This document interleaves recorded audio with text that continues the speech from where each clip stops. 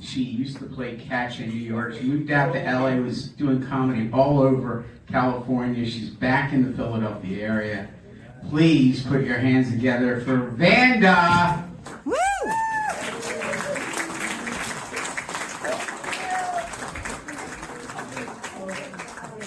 Hi, you guys. How are you? Hi, I'm Vanda. I live in Philadelphia now. I'm 65 years old, and I look great. All this isn't funny, too. It's not fair, really. Because you know there are like flat-chested people all over the planet with no sense of humor, and look what I've got going on. I marvel at the inequity of the situation, I do. Sometimes I go to parties just because I'm going to be there.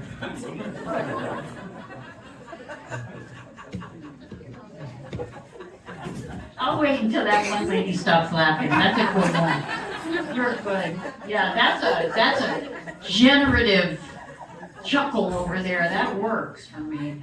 That's good. Yeah. No, it takes a lot of energy to stay sexy and attractive as you get older. You know, I've noticed that for many of you. And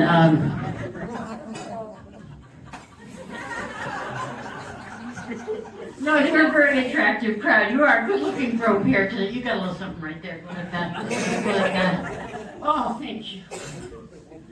Very good-looking crowd. Well-appointed. Yeah, I put it together tonight. Look at me. What is this style? You never know what kind of old lady you're going to be, right? My style is somewhere between hot flashes and hot topic. I like to read those magazines. Fashion mistakes women over 50 make them. Never wear jeans with holes in them. That's wrong. Go in the Congo. Yeah. So, you know, but you don't know what kind of old lady you... My biggest fear when I was younger was always that I was going to grow up to be one of those women who looked like she's had a little too much fun in her life. Do you know the ones I'm talking about? With the lipstick all the way around the mouth. They're still able to carry on a full-blown alcoholic, you know, like every single day smoking cigarettes like this. They go, I love you, you're beautiful, what a great group. You certainly were attracted to me, am I right or wrong? Am I right? Yeah, I can feel the testosterone flowing toward me. What?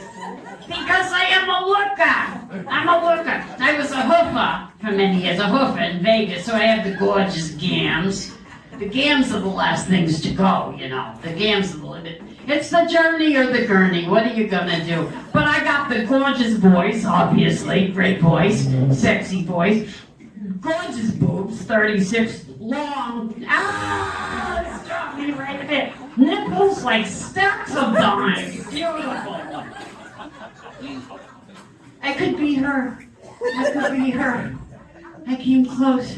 Because you don't want to be one of those kooky women. I wear a purple hat. I go out with my girlfriends and wear a purple hat and I'm kooky. I'm a kooky old lady. Or there's some people, I'm sorry if there's one in here, but there's some women at my age, they just think it's time to go out and get a sweatshirt with a basket of puppies on the front of it. Anyone have one of those? Like, what the hell is that? You might as well announce I have no more vagina. My vagina's gone. I'm like a Barbie doll down there. I have nothing, just a hard shell of used to be vagina down there. No mojo whatsoever. Yeah, so. Well, I'm originally from Massachusetts, from the suburbs, and unlike a lot, are you from Mass? Anyone from Massachusetts? No? I'm from Worcester, outside of Worcester, and unlike a lot of comedians, I didn't really have like a rough childhood growing up because we were rich. We had a lot of money. I was very popular. Pretty. Smart. No, but my dad died when I was young and from complications from raising me, apparently. It took a while, but I did it. I'm persistent. I got that from him, I think. But, no, so we plummeted from privilege to all of a sudden to working class, you know, which is a big loss. All of a sudden I'm a waitress most of my life and comedian and stuff like that. So, I was a I was a tough kid, like a wild child. I ran away from school when I was 17 to New York City, and I became a stripper, because at the time we didn't have yoga studios. Same thing exactly, ass up, head down, all that. I liked being a stripper. It suited me. I was very athletic. Every now and then at this age, at 65, I get the idea I should go buy a gentleman's club and just pop in and audition for them. Wouldn't that be fun? And then dare them to say no to me. Oh yeah? No? Why? Right, that's ageist, that's discriminatory. Didn't you see the thing I did where I dropped my boob onto my foot and flipped it back up? That was awesome. Ta-da!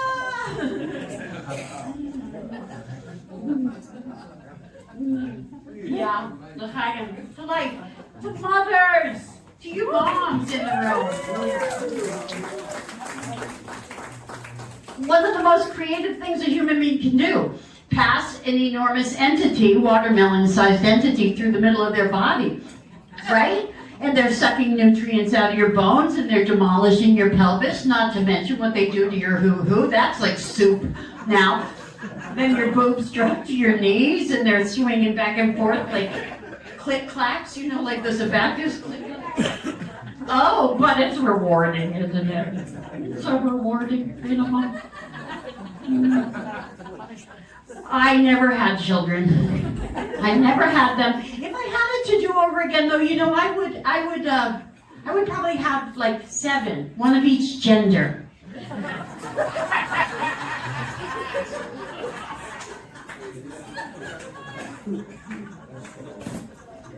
My mom's no longer with us, but my mom used to call me, go, hi Van, it's your mom. Are you still barren? Barren. Like my uterus is a dust bowl, right? There's tumbleweeds blowing through there. I open my legs and you hear, woo, woo. Clint Eastwood comes out, you're feeling lucky?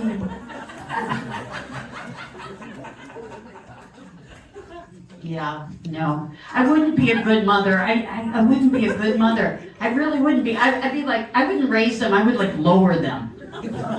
I would. I'd be like, put down your homework. It's ayahuasca Tuesday. It's time to drink your hallucinogenic tea and go within and experience your trauma that you have because you have a mom who wasn't sure she wanted you. I didn't get an abortion, kids. I could have done that. Now, a lot of people say abortion is murder, and then other people say it's really convenient. And but that could have been a destiny for you, and it wasn't. So I want you to remember that, you could have been a wave, and you could have been the ocean, wave, ocean, like you're in material reality, you're a wave, and then you back into the ocean of oneness, and you're the ocean, wave, ocean. Wave, ocean. Let me remind you that you could be dead like that, children. I have a lullaby for you. The skin bag ain't us. The skin bag ain't us. It's muscles, bones, and pus. Muscles, bones, and pus. We try so hard to keep it fit. All it does is eat and shit till worms devour the rest of it. The skin bag ain't us. There you go. Sleep tight, kiddos. Oh, thank you. Yeah. I love children. When I'm at the supermarket, this is a fun thing to do. This is like a joke to go. Next time you're in the supermarket and you see a little kid who's in the shopping cart, say, oh, they sell children here? What aisle? It thrills them. 9 times out of 10, the mother said, you can have one of mine. Yeah. I like kids a lot. I have this kid in my neighborhood named George. His mom is Molly. He's George. And I'm kind of nuts about other people's kids. Like, I'm driving down the street, I see George and Molly, and I'm like, George, it's me, Vanda. I stop my car in the middle of the street, and I'm like, I have some candy here, George. And then they say, we're going to the park, and I go, oh, and I like follow them to the park in my car, and all of a sudden I'm thinking, wait a minute, there's very little that I'm doing that's indistinguishable from like a predator creepy dude, right? 'cause I'm a creep, I'm a weirdo. Yeah. I get to the park and you know kids, they're so cute. George is standing there, he meets this other blonde kid. They're both about this high and they see each other and they're just like standing in front of each other looming. They're looming like this. But I have to be drunk to loom. I haven't loomed in a long time. And I think it's so cute that I take a picture, you know, and then the little girl's mother says, please don't take a picture of my child. And I'm like, she's not even hot. Stop it. Oh, I'm a creep. These are like my Joe Biden notes. I can't remember shit these days. I'm sorry. I don't know why I feel self-conscious or apologetic about my age. Look who's running the country. Look who's running the papacy. You know, I mean, all these guys are 80-something. They're all like really old. They're big old swagger dudes with these big scrotums. Just, I can run the world. I don't care. I can run the whole, what do you call it? The papacy, the conclave over there. Ay, ay, ay. Octogenarians. Have you ever, anyone 80 in this room? Any octogenarians? 80-year-olds? No, not tonight. Oh, you're all youngsters. Yeah, good. So, I was raised Catholic. Catholic people? Yeah? Still Catholic? Well, actually, do you know what? You are, according to them. Like, you can't leave. You have to get excommunicated. It's like the mafia over there. It really is. You know, I was raised Catholic. I remember I had these nuns who used to warn me not to do shit I never even thought of doing. You know, they were like Vanda Mary. It says in the Bible, homosexuality is a sickness. I'm like, I'm 8. I'm not thinking of these things.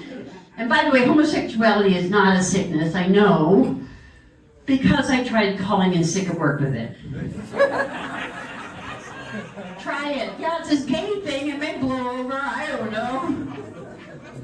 Hi, I'm Vanda. I can't come to work. I woke up and I was with a chick. Last 3 days, I got like cunnilingus, vaginitis, something.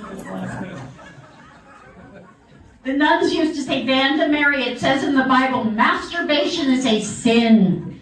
You guys, masturbation is not a sin. What it is, if you will, it's simply a way of fooling your body into thinking you're popular. Mine thinks I'm famous.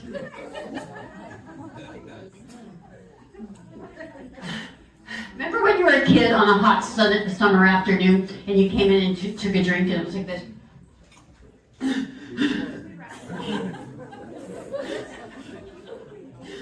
Remember the urgency? Everything was urgent. They were so, like, they didn't want to go to bed at night. Remember, we didn't want to go to bed at night. When we wake up in the morning, it's like, I'm back!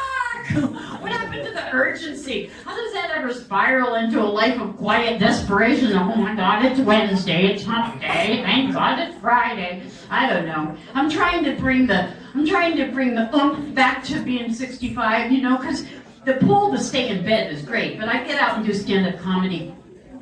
And you do have a little more swagger when you're older. Did you ever notice that? Like, I was doing a show in Doylestown, and this thing happened where my nose was running, like, because I had allergies, right? And on stage, and I'm trying to hide it. I'm like sniffing it up and trying to hide it because, like, I didn't want them to think I was on drugs. And then all of a sudden I thought, wait a minute, if you're 65, doing stand-up comedy and snorting cocaine, that's a major brag. That's fucking awesome, you know? I love that I do a lot of open mics and there's like a lot of young people there, so I love working for people my age. You might get this reference. Remember my impression of the passionate Italian actress, Sophia Loren. Sophia Loren, in any movie role I ever saw her in, they're all kind of the same. Hang on, it goes like this.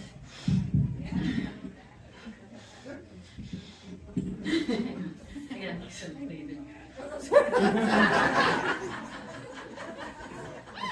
I hate you. Just a pig. I am just a poor peasant woman, and I do not do much, but I know that I hate you. Oh, I'm sorry, did I hit you? Wow, thank you for laughing at that. Because you don't know what a jerk you feel like when you come on stage, grab your own breasts, and not get a laugh. It's like, oh, yeah, they did the breast thing. Like, ay, ay, ay. So, yeah, so I'm a yoga teacher. That's what else I do. I've been a yoga teacher for 20 years. I'm not a good one. I smoke and judge people. Down dog, large butt. You need to breathe, buddy. You do. You need to breathe. Yeah, did anyone do yoga here? Stretching? Anything like it? No? What happens if you drop something on the floor? You just go, fuck it? Fuck it. Yeah. For people in my age group, doing yoga is like a really cruel game of Simon Says. It really is. The teacher asked me to do uncomfortable things, I do them, and then I pay her. It's crazy. I was a broke yoga teacher for a long time, which is pretty redundant. Most of them are broke. And I used to make like $10 a student, right? And so when the students would walk in, I would say, Namaste, which means the divine in me honors the divine in you, right? But I was thinking, ka-ching, 10 more bucks. It's so humiliating. And then this cool thing happened. I'm going to name drop a little bit here. I got hired to work with a band called the Dixie Chicks. Remember them? The Dixie Chicks? Yeah, I toured with them for 7 months. I was their yoga teacher. I was their massage therapist. And so I went from being a broke yoga teacher to making more money than I'd ever made in my life, sea-dooing off the coast of Florida during the day, doing shows at night. Then I'd rub the naked bodies of these 3 super hot superstars thinking, which lesbian's vision board should I look at? This is awesome. Usually there's one gay woman in the back who will go, mine. Right, so, what else? I lived in LA for a while. Living in LA is weird, man. Everyone is so woo-woo there. Do you know what I mean by woo-woo, airy-fairy? I don't poo-poo woo-woo, because sometimes woo-woo is true, you know. But I had a girlfriend there named Bliss. Like, she had changed her name from Susan to Bliss. I need it. And no one ever changes their name from like Susan to Debbie, right? It's always something really exotic, right? Now the burden is on me to perceive you as like weird and exotic. And then I met a white girl there named Raja Shri. And it's like, dude, you are a white girl from Wisconsin. Lose the bindi. That's enough. I made an appointment to go to lunch with Raja Shri. And I just knew she was going to be late because of the name. Raja Shri, she's going to be late, you know, so she wasn't there. She finally showed up, and she had a little dog with her. And I said, oh, your dog is a little poodle mix, right? I said, can I say hi to your dog?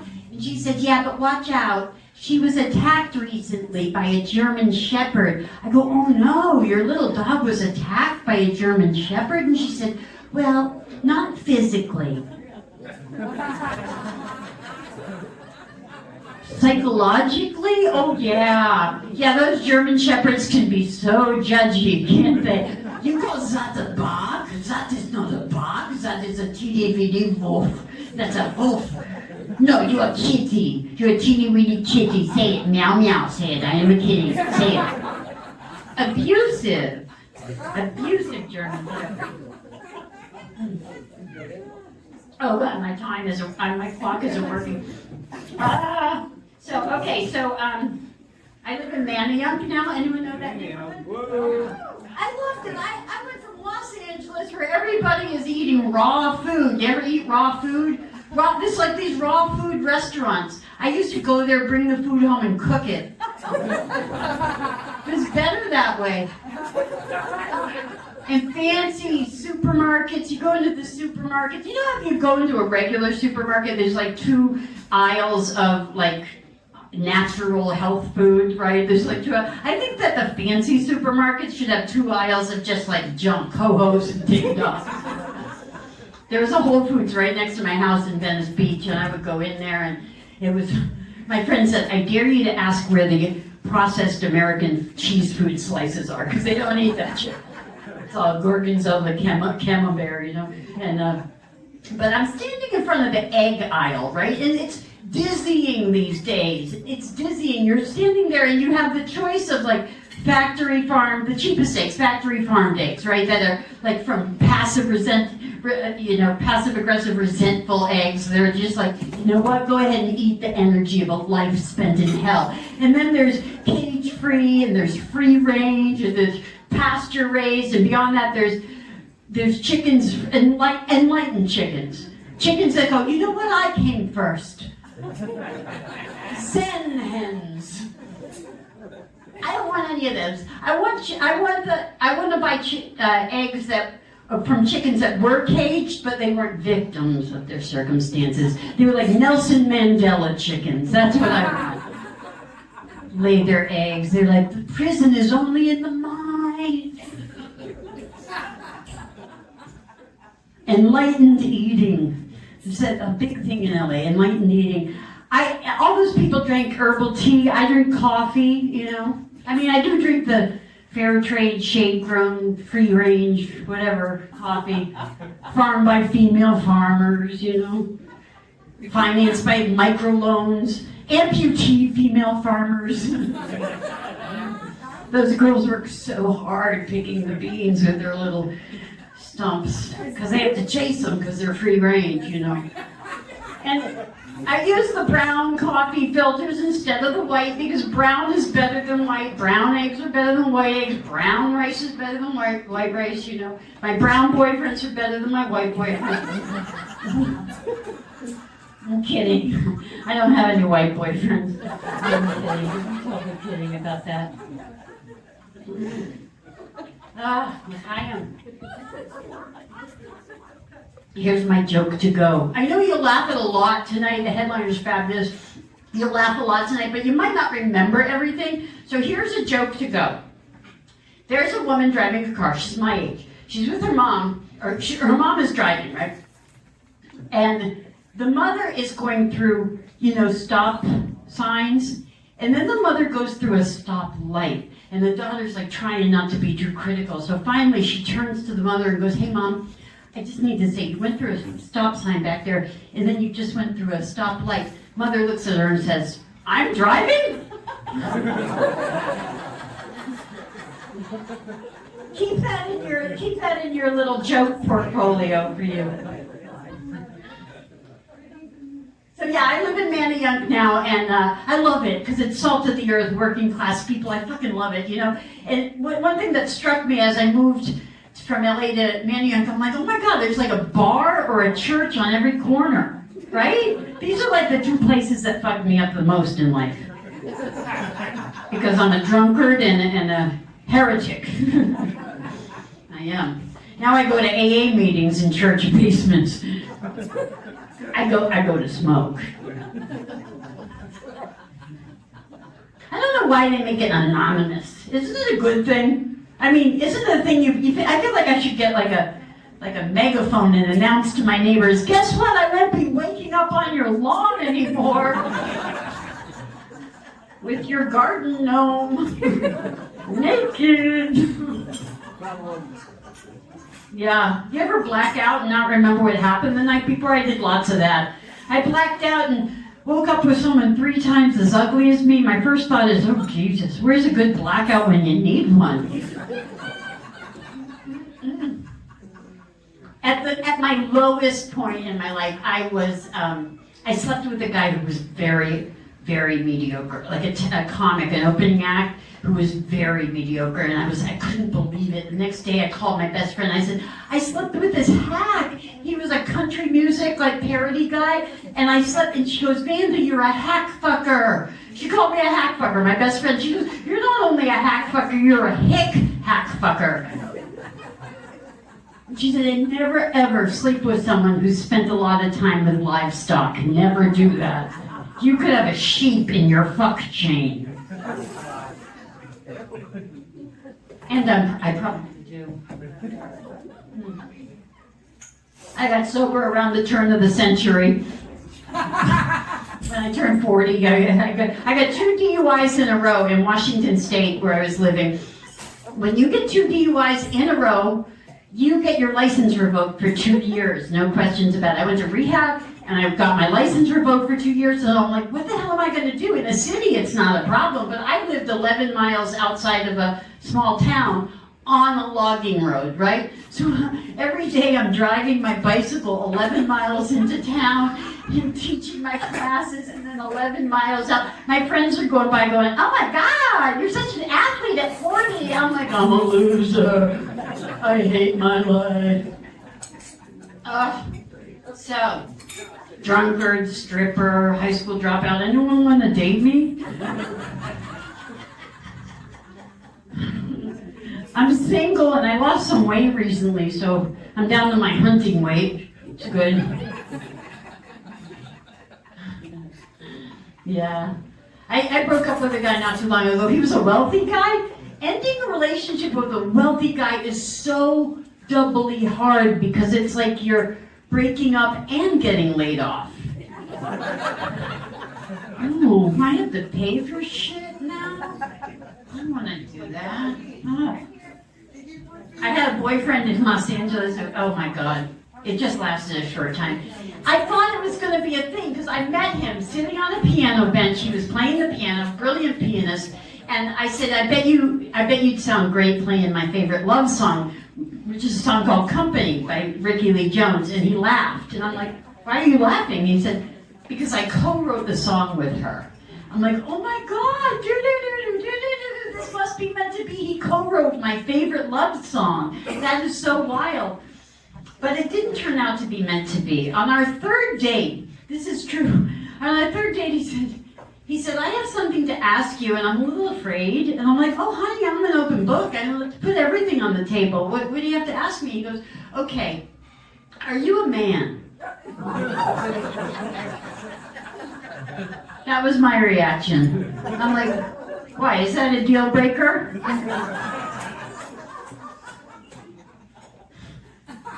Someone said to me, I had a friend who said, oh no, he just thought you had masculine energy because you're independent to a fault. And I went, wait a minute. I called him. I said, remember when you asked me if I was a man?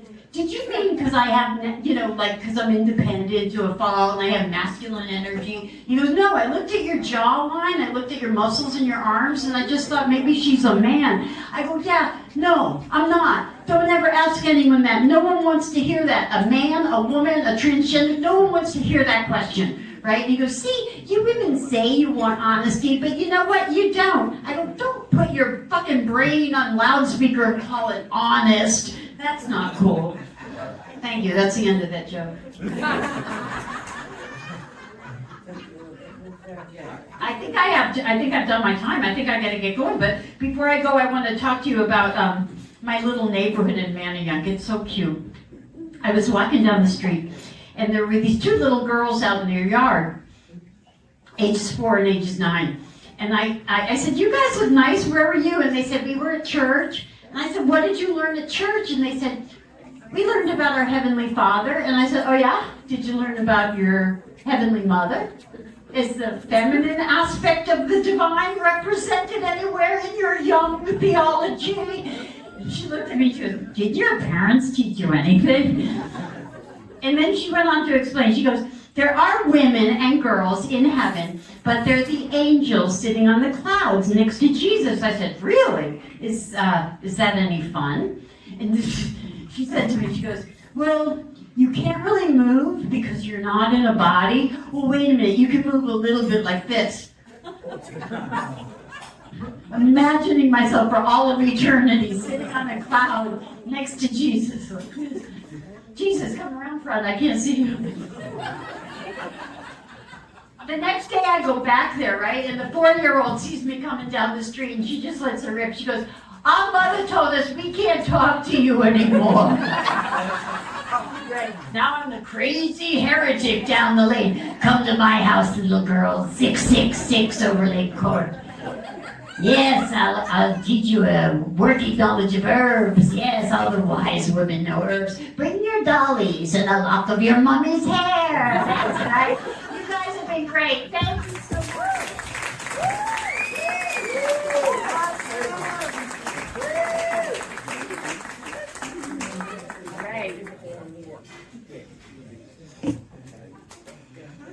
Oh my God.